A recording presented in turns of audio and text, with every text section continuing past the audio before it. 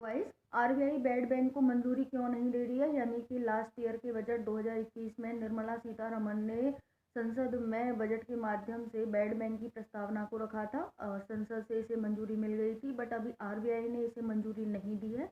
तो अभी क्यों नहीं दी है हम ये देखेंगे। हम देखेंगे एनएआरसीएल क्या होता है, आईडीआरसीएल क्या होता है, बैड लोन्स क्या है, बैड बैंक क्या है, एनपीए क्या होता है, ये सभी देखेंगे। आपको पता होगा बैंक लेन देन का कार्य करती है, यानी कि हम पैसा जमा कराते हैं उसमें और हम पैसा लेते हैं जिसे लोन कहते हैं। ठीक है, तो जब हम पैसा लेते हैं यानी कि लोन लेते हैं बैंक से, तो हम उसके एवज में कुछ सिक्योरिटी रखते हैं।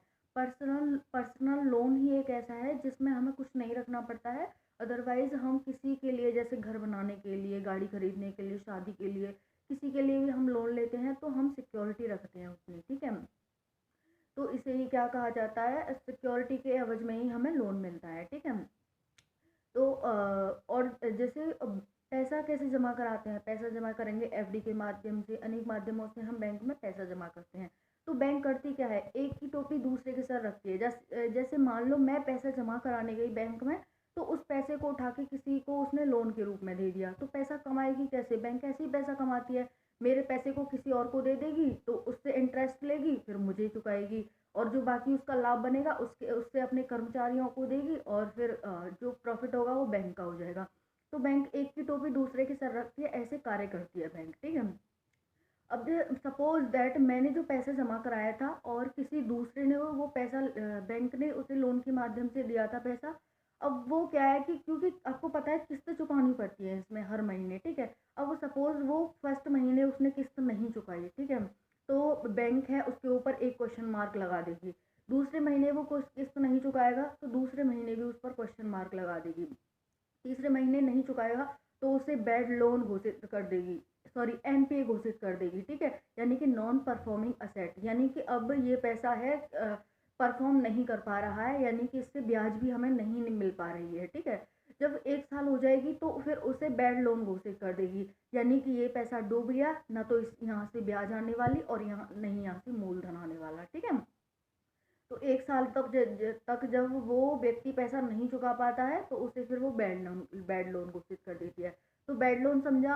अब एनएआरसीएल क्या है, national asset company, NAR reconstruction company limited. ठीक है, और आईडीआरसीएल क्या है, इंडियाज डेप्ट रिकंस्ट्रक्शन कंपनी लिमिटेड। ठीक है, ये दो कंपनी है।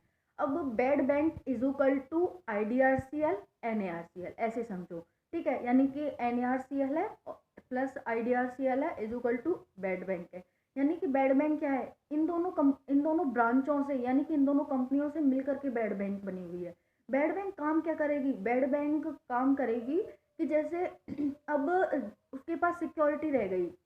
जो बैंक थी, सपोज एसबीआई थी, जिस पे क्या है एनपीए ज़्यादा बढ़ गया है, मान के चलो उस पर 500 करोड़ रुपए का एनपीए हो गया है। ठीक है, यानी कि बैड लोन हो गया है। ठीक है, जो सिक्योरिटी रखी थी अब वो बैड लोन में घोषित हो जाएगी, उसके पास 500 करोड़ रुपए का बैड लोन रखा है। ठीक है, तो अब वो क्या करेगी उन सिक्योरिटियों को, ये तो बेचेगी नहीं कि ये घर बिका हुआ है। कि मान लो किसी ने घर के कागजात रखे थे, किसी ने कार के कागजात रखे थे। अब वो बैंक एसबीआई ये तो कहेगी नहीं ये घर बिका हुआ है ऐसे ले लो, ये कार बिका हुआ है, अब ये तो काम करेगी नहीं, क्योंकि बैंक के कर्मचारी बैंक का ही कार्य कर ले वही बहुत है। ठीक है, तो अब इसीलिए सरकार ने सोचा कि क्यों ना इनके एनपीए को ही हम खरीद करके, मतलब किसी दूसरी ब्रांच के माध्यम से खरीद करके वो इन्हें बेचे। ठीक है, तो फिर जो पैसा कमाएंगे उसे उस बैंक को दे, यानी कि एसबीआई को लौटाए पैसे को उनको बेच करके, और जो मुनाफा हो उसे बैड बैंक रख लेगी, यानी कि वो आरबीआई का हो जाएगा, और जितने का उसने सिक्योरिटी दी थी, ठीक है, उनको वो उसे लौटा देगी। ठीक है, तो ये इस कार्य के लिए ही सरकार ने बैड बैंक की स्थापना की थी, जिसमें दो ब्रांच हैं, एनएआरसीएल और आईडीआरसीएल। ठीक है, तो इसके माध्यम से अब इसने क्या किया है कि सर अभी तक इसे मंजूरी नहीं दी है, क्योंकि सरकार कह रही है अब इसमें दो ब्रांच हैं। ठीक है, तो एक क्या करेगी, एक उस जो मान लो एसबीआई है उससे क्या है लोन खरीदेगी, जो बैड लोन है यानी कि जो सिक्योरिटी रखी थी उनको खरीदेगी, एक दूसरी है वो उनको बेचेगी। ठीक है, तो आरबीआई ये कह रही है कि हाँ, दोनों कंपनियां मिलकर हमें जिम्मेदारी दो कि क्योंकि कि कहीं आप ऐसा तो नहीं करोगे कि एक दूसरे के ऊपर डाल दो कि इसने सस्ते खरीद लिए, इसने महंगे बेच दिए, इसने सस्ते बेच दिए, इसने महंगे। तो हम किसे पकड़ेंगे? और क्या आप और ये भी जिम्मेदारी दो कि तुम नहीं भागोगी, जिस तरह से वो व्यक्ति पैसा लेकर के भाग गया, क्या तुम भी नहीं भागोगी क्या? ठीक है। तो ऐसी सिक्योरिटी दोगे, तुम नहीं भागोगी। तो अभी तक इसीलिए सरकार इनसे मंजूरी मांग रही है कि हमें गारंटी दो कि तुम अच्छे से कार्य करोगी मिल करके। ठीक है। तो अब ये देखते हैं कब तक लागू होता है। ठीक है। अब मान के चल लो कि जो बैड लोन्स थे वो 500 करोड़ रुपए के थे। ठीक है। 500 करोड़ रुपए के एसबीआई से बैड बैंक ने क्या है, बैड लोन्स खरीद लिए, यानी कि सिक्योरिटी खरीद ली। अब 15% यानी कि 75 करोड़ रुपए तो उसे तुरंत ही लौटा देगी, क्योंकि बैड बैंक की स्थापना 30,600 करोड़ रुपए के माध्यम से की गई है, यानी कि इतना पहले ही इस बैड बैंक को दे दिया है आरबीआई ने। ठीक है। तो अब क्या करेगी, ये उससे बैड लोन खरीदेगी एसबीआई से, तो उसे 15% यानी कि 75 करोड़ रुपए तो पहले ही दे देगी।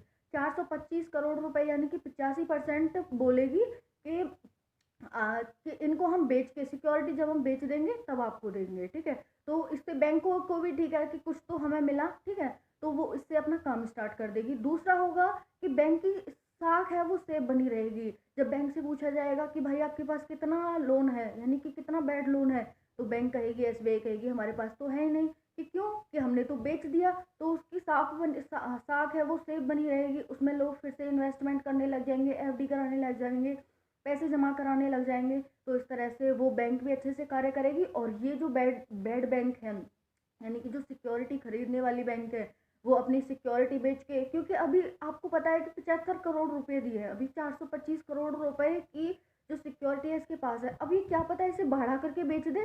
ठीक है। इस सिक्योरिटी को जब ये बढ़ा करके बेच देगी तो इससे इसे मुनाफा होगा। तो ऐसा मतलब कयास लगाए जा रहे हैं कि ये 30,600 करोड़ रुपए से 2 लाख करोड़ रुपए तक कमाएगी बैड बैंक। ठीक है। तो ये अच्छा कार्य है कि ये अच्छा तो कार्य है, बट अभी तक लागू नहीं हुआ है। अब लागू कब तक होता है वो देखा जाएगा। ठीक है गाइज। तो यही है बैड बैंक। और एनपीए होता है नॉन परफॉर्मिंग असेट। जब 3 महीने को तक कोई किस्त नहीं चुका पाता है तो फिर यानी कि ये पैसा परफॉर्म नहीं करने वाला है, उसे नॉन परफॉर्मिंग असेट में घोषित कर दिया जाता है। ठीक है। तो यही था। अभी हमने समझा एनआरसीएल क्या होता है, आईडीआरसीएल क्या होता है, बैड लोन्स क्या होते हैं। यानी कि 1 साल तक जब कोई पैसा नहीं चुका पाता, किस्त नहीं चुका पाता, तो फिर उसे बैड लोन घोषित कर दिया जाता है। 3 मंथ पर एनपीए घोषित कर दिया जाता है। और ये बैड बैंक की स्थापना आरबीआई के द्वारा की गई है। ठीक है। धन्यवाद।